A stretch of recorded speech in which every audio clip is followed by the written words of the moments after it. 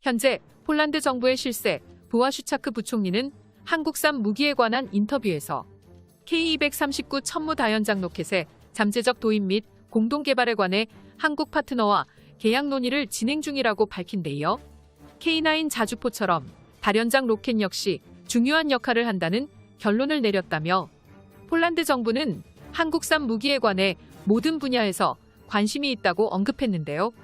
결정적으로 부와슈차크 부총리는 미국산 무기를 주문하려면 미국의 생산 능력과 요구를 고려해야 하는데 한국산 천무 미사일 다연장 발사대 500대는 그럴 필요가 전혀 없다며 천무를 수입하는 쪽으로 사실상 최종 결정을 내렸습니다.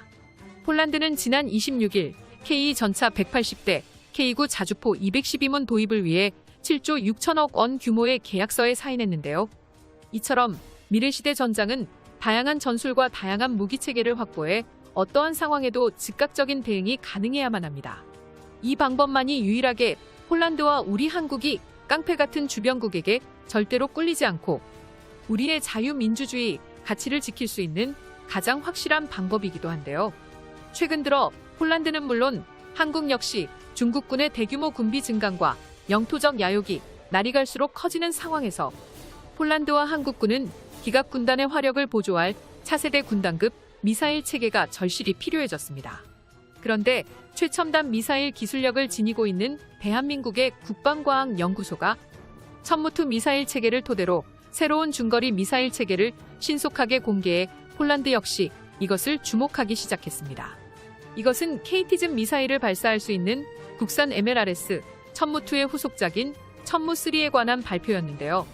세계 최정 상급의 한국 포병이 K9 자주포를 포함해 천무3까지 동시다발적으로 배치된다면 우리 군은 한반도의 영토 야욕을 가진 중국군 북구 정구의 기갑부대를 단숨에 쓸어버릴 수 있는 강력한 전력을 확보할 수 있게 됩니다. 그렇다면 성능은 어느 정도일까요? 현재 천무 미사일 체계는 지속적인 개량을 거듭하면서 CEP 5m의 정확성을 1차 목표로 두고 있으며 이 정도 수준은 GPS 제밍 및 회피 능력을 포함해 사실상 목표 타격에 절대 오차를 허용하지 않겠다는 의미입니다. 가까운 미래 누리호 발사를 통해 위성 통합 체계를 구축한 뒤 위성 좌표를 실시간으로 제공받게 된 것도 많은 도움이 될 것인데요. 또한 기존 사거리 300km에서 사거리 400km로 향상, 폭장 탄두는 2000kg을 최종 목표로 연구 개발을 진행하고 있습니다.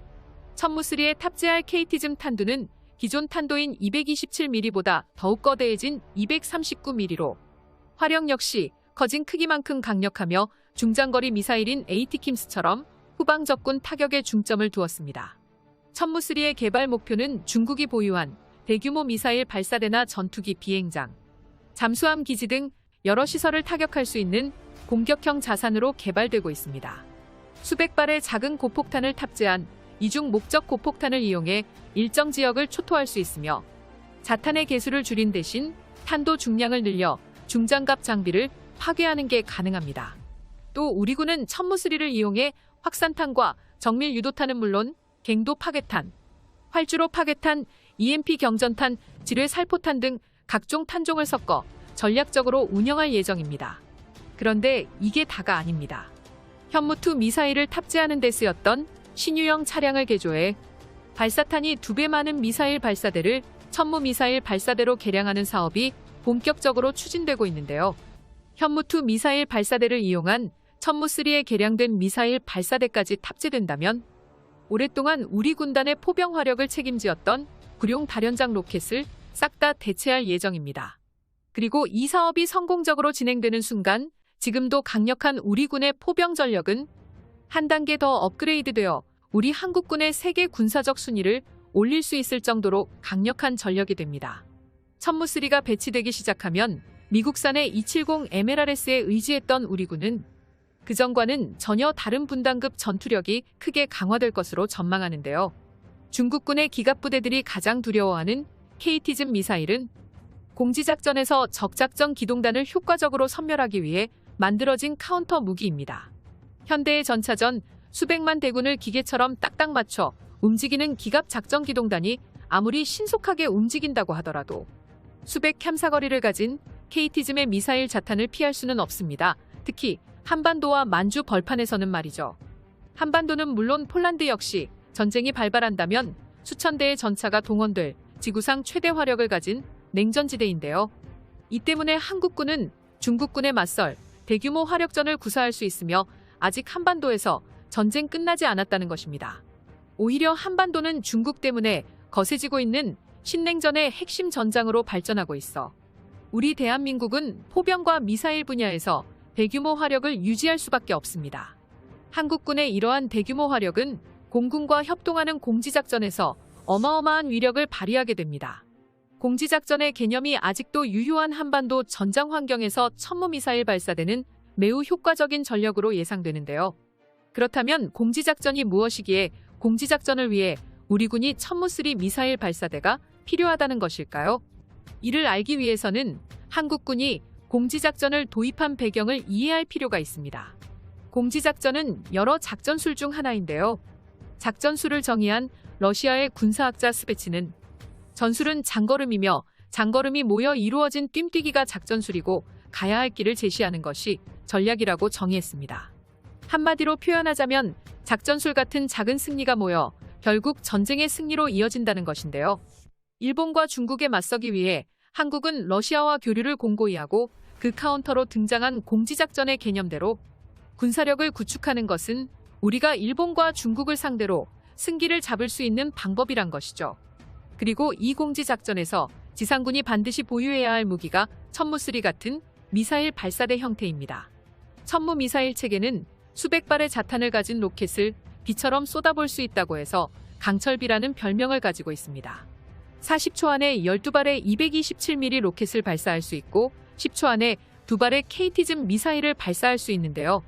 장거리에서 적군의 기관 무기를 제압하기 위해서는 수백 켠바깥 지속해서 화력을 투사할 수 있으면서 정확하게 목표를 맞출 수 있는 강력한 포병 활용이 필수입니다.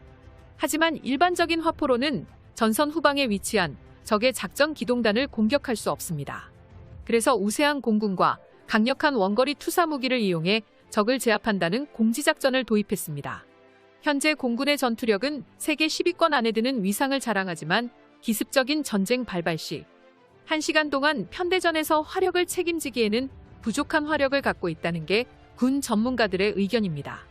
쉽게 말해 중국과 일본이 기습적인 전쟁을 일으켰을 시 1시간 동안은 공군의 지원을 충분히 받을 수 없어 지상 화력만으로 적군을 상대해야 한다는 이야기입니다.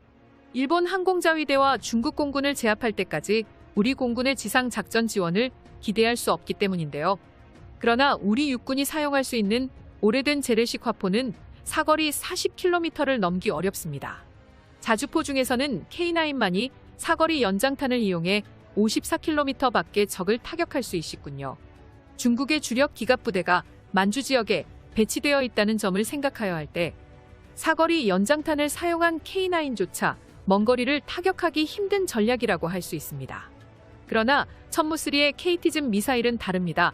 군단급 체계이면서 사거리가 400km 이상인데요. 게다가 국군 군단들의 주력 다연장 로켓이었던 구령 다연장 로켓이 노후화되어 더 이상 현대전이 적합하지 않게 됐습니다. 천무3의 등장은 최고의 한 수가 된 것이지요. 여러분들의 구독과 알림 설정이 좋은 영상을 만드는 데 많은